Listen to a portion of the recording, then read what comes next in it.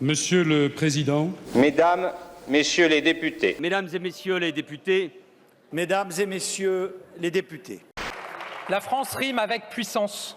La France, c'est un repère, c'est un idéal, c'est un patrimoine témoin d'une histoire millénaire. la France, ce n'est pas seulement le bonheur des paysages, une langue enrichie des œuvres de l'esprit, c'est d'abord une histoire où s'est forgé le modèle républicain. oui, elle est belle, la France. Oui, elle est belle, la France. La France est fière et audacieuse. certes, nous sommes comme d'autres dans la crise. Nous voyons bien que l'arc des crises se développe. Les crises se superposent, s'enchevêtrent et s'additionnent. Et sans une croissance plus forte, nous ne ferons rien. Nous devons retrouver une croissance durable. Qui dit croissance dit libération des forces vives du pays. Que le gouvernement est disposé à écouter, à dialoguer, à discuter. Que la justice sociale est au centre de nos préoccupations. Le gouvernement sera toujours prêt au dialogue. Rien n'est possible sans l'écoute et le dialogue. Nous avons, mesdames et messieurs les députés, renforcé le dialogue social dans l'entreprise. Parce qu'on ne bâtit pas une économie efficace sur les décombres de la cohésion sociale. Le gouvernement, quant à lui, attache la plus haute importance à l'intensification du dialogue social. Une nation moderne ne peut vivre et se développer sans un dialogue social nourri. Mais je vous le dis, je ne renoncerai jamais à dialoguer. Ma porte sera toujours ouverte.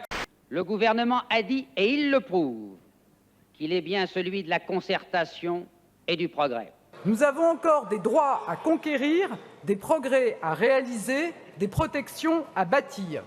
Cette idée du progrès rassemble les Français. Parce que le progrès déjoue les scénarios écrits à l'avance. Parce que le progrès dénoue les situations que l'on disait compromises. Être français en 2024, c'est vivre dans un pays qui n'a pas renoncé au progrès social. Partout, nous constatons les dérèglements climatiques, la pollution de l'air, des sols et des mers. Nous gagnerons la bataille du climat. Il y a aussi la nécessité écologique. Il s'agit là d'un enjeu planétaire majeur auquel nous répondrons. Le dérèglement climatique nous frappe plus dur, plus fort, plus souvent. C'est le courage de dire la vérité aux Français. c'est avec une ambition claire, dire la vérité.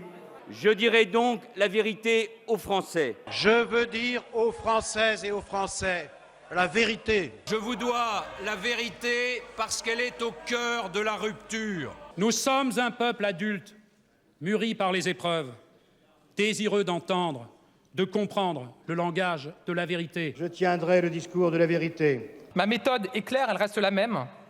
Dire les choses, dire la vérité même quand ça fait mal. Nous avons besoin de votre confiance active, mesdames et messieurs, comme nous avons besoin de la confiance et du concours de tous les Français. Je chercherai, non par la démagogie, mais par l'action, à restaurer la confiance. Nos concitoyens ont besoin de retrouver confiance dans la vie politique et en particulier en ceux qui l'animent.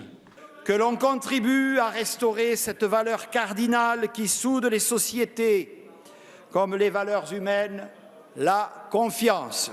Et l'essentiel, c'est de redonner confiance aux Français dans leur avenir.